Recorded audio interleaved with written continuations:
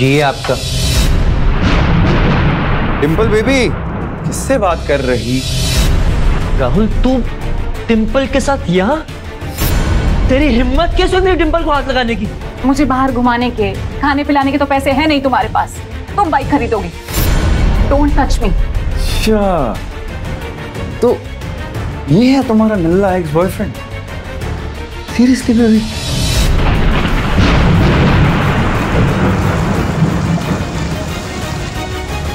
कहते हैं कि दिल्ली दिल भरों की है, दिल जलों की है। कहते तो ये भी है कि दिल्ली दिल फरेबों की भी है। और लकी यानी कि लक्ष्मण लाल अग्रवाल में ये सारे गुण मौजूद थे। लोग उसकी शक्ल को देखकर ही कह देते थे, अबे दिल्ली से हो क्या? लकी वैसे दिखने में स्मार्ट और अट्रैक्टिव था, पर जेब से खस्ता हालत होने की वजह से रहता बड़ा सिंपल तरीके से था।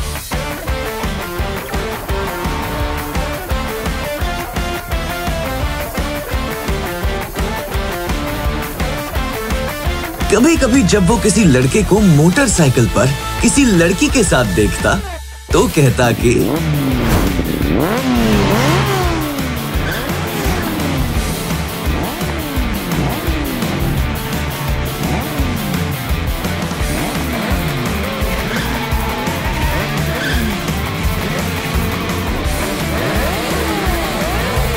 जब वो मेरी कमर में अपना हाथ कसेगी और मैं तेजी से मोटर बाइक को दौड़ाऊंगा तो सारे दिल्ली के दिल हम दोनों को देखकर जल जाएंगे। दुकान में रखा सारा बर्नऑल भी काम नहीं आएगा, लकी ने कहा और अपने हाथ में बर्नऑल की क्रीम को दबा दिया। क्या कर रहा है? ये कुछ स्पॉन्ज की गेंद है जो ऐसे वैसे दबा रहा है। Sorry sir. इसका पैसा कौन देगा? तेरा बाप कटेगा। तेरी सैलरी में से कटेगा, डबल कटेगा। वो करोल बाग में स्थित एक छोटी सी मेडिकल स्टोर पर काम करता था। उसकी दुकान का नाम था चमन मेडिकल स्टोर और उसके ओनर का नाम था चमन लाल। लकी पिछले 5 सालों से इन्हीं की दुकान पर काम कर रहा था। यहाँ इस छोटी सी शॉप पर काम करना उसकी मजबूरी थी। तुम जा, जा।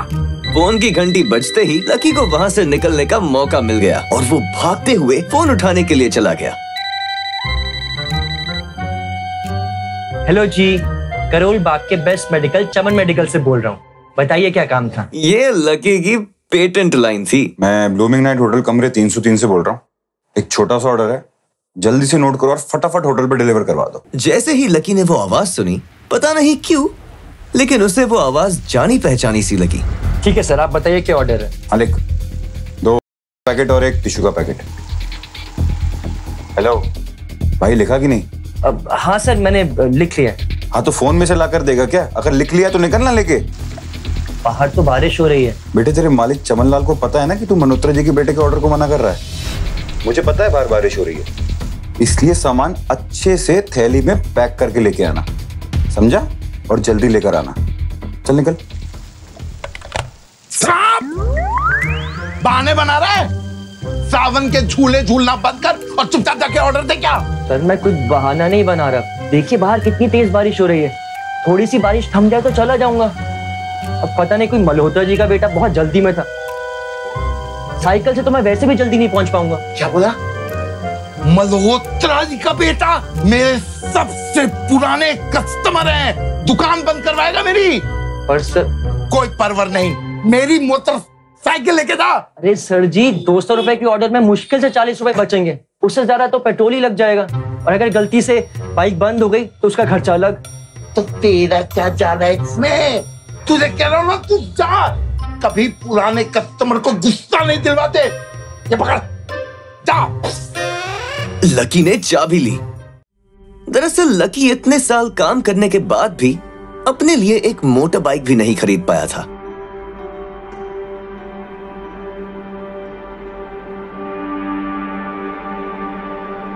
लकी, अगर 2 महीने में तुमने बाइक नहीं खरीदी ना, मैं तुम्हारे साथ ब्रेकअप कर लूंगी। आई एम वेरी सीरियस, मैं ब्रेकअप कर लूंगी। अरे relax, chill chill chill. See, I have got something for you. I don't talk to you.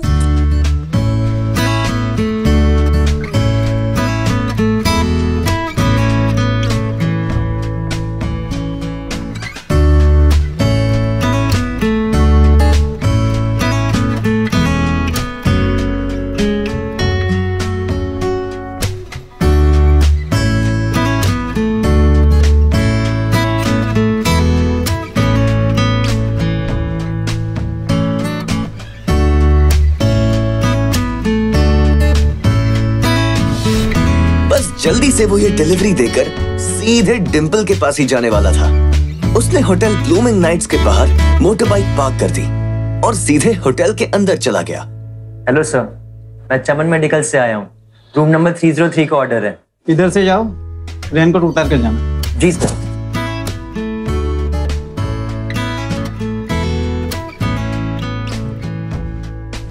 वो रूम नंबर 303 के बाहर पहुंचा और उसने डोरबेल बजाई। जैसे ही दरवाजा खुला, लकी ने थैली आगे बढ़ाते हुए कहा, जी आपका। इससे पहले कि लकी आगे कुछ कह पाता, उसकी आंखें फटी की फटी रह गई थीं। उसके सामने एक लड़की खड़ी थी। वो लड़की और कोई नहीं बल्कि उसकी गर्लफ्रेंड डिंपल ही थी। डिंपल, तुम यहाँ क्या कर रही हो? लकी को देखकर डिंपल के दिल की धड़कन भी तेज हो गई थी। डिंपल को उम्मीद ही नहीं थी कि लकी यहाँ आ जाएगा। तुम यहाँ मेरा पीछा करते हुए आए हो ना? अरे डिंपल बेबी, किससे बात कर रही? राहुल, तू डिंपल के साथ यहाँ? तेरी हिम्मत कैसे हुई मेरी डिंपल को हाथ लगाने की? लकी जिस कॉलेज में पढ़ता था, राहुल और डिंपल भी उसी कॉलेज में पढ़ते थे और वो कॉलेज राहुल के फादर का ही था। डिंपल ने राहुल के पिता की एक कंपनी में जॉब पकड़ ली थी और राहुल उस पर बहुत लाइन मारता था। लकी ने एक दो बार डिंपल को उससे दूर रहने के लिए भी कहा था, लेकिन डिंपल ने उससे यह कहकर टाल दिया था कि वो सिर्फ उसकी अच्छी दोस्त थी और हमारे बीच ऐसा कुछ भी नहीं है जो तुम समझ रहे हो। लकी, चलो। तुम ये सब क्या कर रही थी? अरे जस्ट कुछ फ्रेंड्स और कुछ भी नहीं, टेंशन मत लो। चलो ना, चलो चलो। मैं तेरा सर फोड़ दूंगा। रुको। आज भी इससे पहले कि वो आगे बढ़ता, डिंपल उन दोनों के बीच में आ गई थी। लकी, आज से तुम्हारा और मेरा ब्रेकअप। ब्रेकअप? डिंपल, तुम मेरे साथ ब्रेकअप कर रही हो? डिंपल, मैं लकी हूँ, मैं तुम्हारा लकी हूँ। हम एक साल से साथ में हैं। मैं तो तुम्हारे लिए बाइक भी खरीदने वाला था। रहने दो। आज याद आ रही है तुमको नई बाइक? मुझे बाहर घुमाने के, खाने पिलाने के तो पैसे हैं नहीं तुम्हारे पास। तुम बाइक खरीदोगे। डोंट टच मी। चल ठीक है, तू बाइक ले भी आया, उसमें पेट्रोल कैसे डालेगा? 8,000 रुपए की सैलरी है तुम्हारी, उसमें कैसे होगा ये सब? लकी, बताना जरा। लकी, लोग मुझ पे हंसते हैं जब मैं तेरे साथ सरोजिनी नगर मार्केट में घूमने जाती हूँ। मुझे नहीं चाहिए ऐसी लाइफ। मुझे नहीं रहना तेरी तरह गरीब। जिस इंसान के लिए वो इतना कुछ करना चाह रहा था, उसे उसकी कोई कदर ही नहीं थी। और लकी, तूने मुझे फंसाया था, मुझे उल्लू बनाया था। हाँ, इसलिए अब मैंने राहुल के साथ मैचअप कर लिया। आज से यही मेरा बॉयफ्रेंड है। लकी इतना हताश हो गया था कि वो बुरे तरीके से रोने लगा। उसे जिंदगी में पहली बार प्यार हुआ था। अच्छा, तो ये है तुम्हारा एक्स बॉयफ्रेंड? Seriously baby? पैसों की कमी की वजह से ना सिर्फ उसका प्यार बल्कि उसकी पूरी जिंदगी बर्बाद हो गई थी। जैसे ही लकी बाहर आया, उसने देखा कि बाहर अंधेरा हो गया था। आसमान में तेज बिजली कड़की और बारिश जो थोड़ी थमी थी, एकाएक फिर झमाझम बरसने लगी।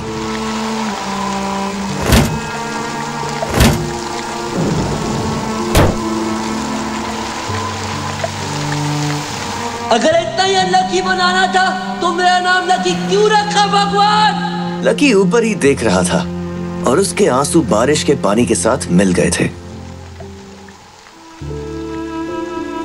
जैसे ही वो फूटकर रोने को था, तभी उसके फोन पर एक मैसेज आया।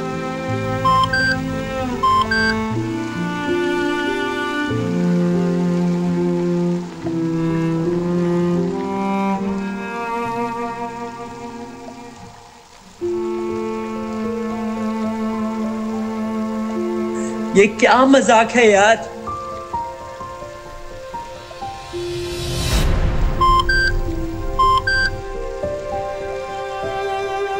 जैसे ही लकी ने अपना फोन निकालकर उस मैसेज को पढ़ना शुरू किया, उसकी तो आंखें ही चमक गईं। अचानक से उसके आंसू हंसी में बदल गए। उस मैसेज में लिखा था, परिवार की रिसर्च और परिवार के निर्णय के हिसाब से अग्रवाल परिवार के वारिस लक्ष्मण लाल अग्रवाल उर्फ लकी ने गरीबी अभ्यास की परीक्षा को पास कर लिया है और आज से ही वो उस जमीन का और उस जायदाद का मालिक हो जाएगा। लकी ने थोड़ी देर की खुशी मनाने के बाद याद किया कि वो सच में गरीब नहीं था।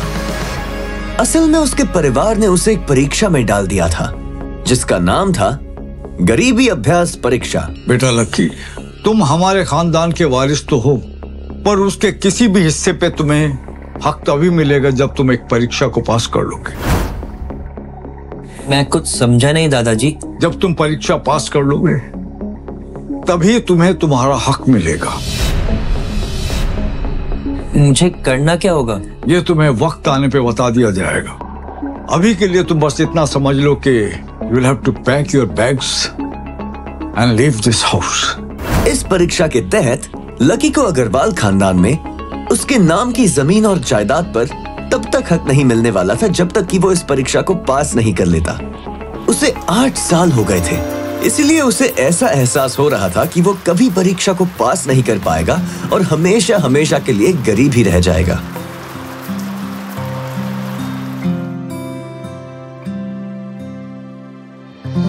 मैंने राहुल के साथ मैचअप कर दिया। आज से यही मेरा बॉयफ्रेंड है। लकी ने होटल की तीसरी मंजिल की ओर देखा और डिंपल को मन ही मन कोसा। अच्छा वो चली गई, अब मिलना कभी।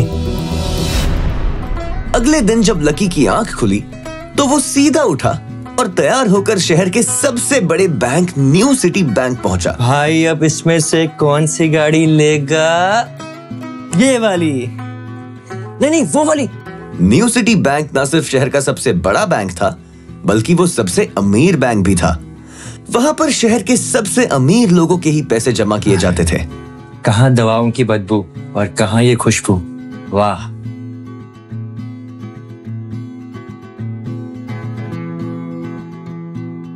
पैसे लेते ही सबसे पहले नए कपड़े खरीदूंगा।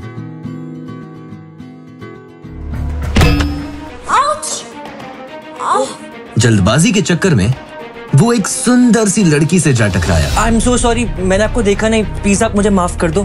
क्या सॉरी?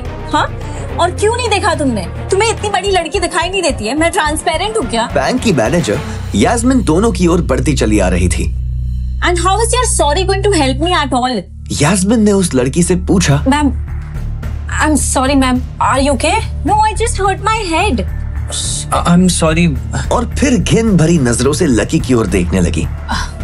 क्या मैं पूछ सकती हूँ आप यहाँ पर किस काम के लिए आए हैं? मैं अपने पैसे निकलवाने के लिए आया हूँ।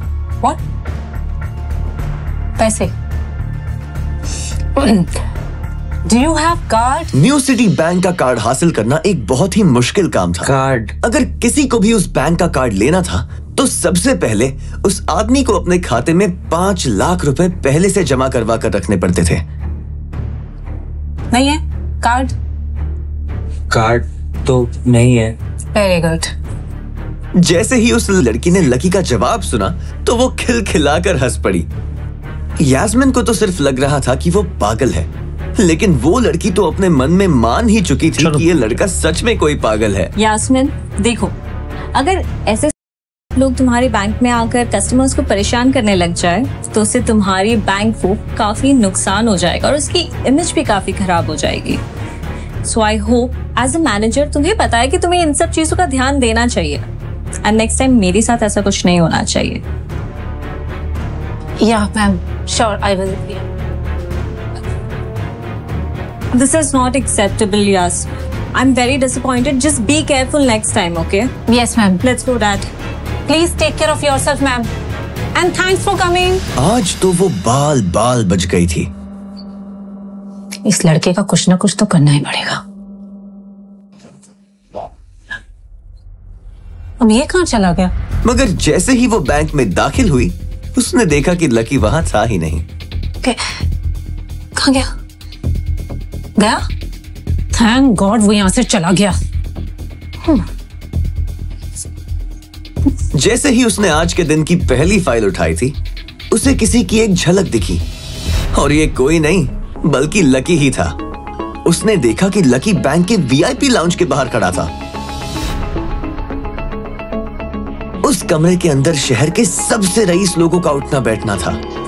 हे यो, तुम जाओ, वहीं रुके रहो, वहीं रुके रहो। तेरी, आई am sorry sir, I am sorry ma'am. तेरी, ओ तेरी, oh my God. VIP lounge के अंदर बैंक का मैनेजर शशिकांत बैठा था। हेलो सर, कैसे हैं आप? How may I help you? Lucky VIP lounge का चकाचौंध देखकर थोड़ा झिझक गया था। अरे कौन हो भाई, क्या चाहिए तुम्हें? मैं अपने पैसे लेने के लिए आया हूँ। तुम्हारे पास हमारा सुप्रीम कार्ड है? नहीं। अगर कार्ड नहीं है तो पैसे नहीं मिल सकते। चलो निकलो यहाँ से, आउट। नहीं, मैं अपने पैसे लिए बिना नहीं जाऊंगा। भले ही उसके पास कार्ड नहीं था, लेकिन इसका मतलब ये नहीं था कि वो अग्रवाल खानदान का लड़का नहीं है। अरे बोला ना एक बार, अगर कार्ड नहीं है तो पैसे नहीं निकल सकते, और वैसे भी पैसे होंगे तब तो निकलेंगे। चल बार बार आउट, निकलो। पैसे है तभी तो निकालने के लिए आया हूं ना। देख, तो सुबह सुबह फालतू की बकवास मत कर, चुपचाप यहां से निकल जा, वरना गार्ड्स को बुला लूंगा, धक्के मार मार के बाहर फेंक देंगे तुझे। निकल। जैसे जैसे मैनेजर उसकी ओर बढ़ता जा रहा था, लकी का डर भी बढ़ता जा रहा था। इतने में लकी को एकदम से याद आया, फिंगरप्रिंट। लेकिन मैनेजर को यह समझ में नहीं आ रहा था कि आखिर लकी को फिंगरप्रिंट की जानकारी कैसे थी। आपने कहा ना आपको कार्ड चाहिए, मेरे पास कार्ड तो नहीं है पर फिंगरप्रिंट है, और मुझे पता है कि आपके यहाँ फिंगरप्रिंट से भी काम चल जाता है। लकी के मुंह से फिंगरप्रिंट सुन के मैनेजर को शक हुआ। अच्छा, तो तुझे फिंगरप्रिंट एक्सेस चाहिए? रुक, ये रुक। फिंगरप्रिंट चाहिए ना? इधर आओ, आइए, लगाओ अपने फिंगरप्रिंट्स।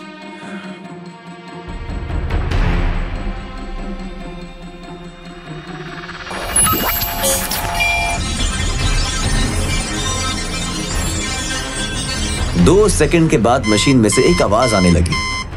उसके अंदर एक लाल बत्ती जल रही थी और वो जोर जोर से बीप कर रही थी। कमाल है सर, आपका तो फिंगरप्रिंट मैच ही नहीं हुआ। अब बोलिए, अब सर मैं एक और बार ट्राई करूं? क्या एक और बार ट्राई? मैनेजर उसकी पैंट की ओर देखने लगा। उसे लग रहा था कि लकी ने अपनी जेब में कोई हथियार छुपा रखा था। इससे पहले कि लकी अपनी जेब से कोई बंदूक या बॉम्ब निकालता, मैनेजर ने अपना फोन निकाला और पुलिस का नंबर लगाने लगा। लकी ने उसकी स्क्रीन पर देख लिया था कि वो 100 नंबर पर फोन कर रहा था। लकी बुरी तरह से घबरा गया। सर प्लीज सर आप ये क्या कर रहे हैं? Hello, police control room. क्या लकी उसे पुलिस को बुलवाने से रोक पाता? कहीं उसे कोई फेक मैसेज तो नहीं आया था? लकी कैसे इस मुसीबत से बाहर निकलेगा? और सभी सवालों के जवाब को जानने के लिए सुनते रहिए इंस्टा मिलियनेयर, सिर्फ पॉकेट एफएम पर।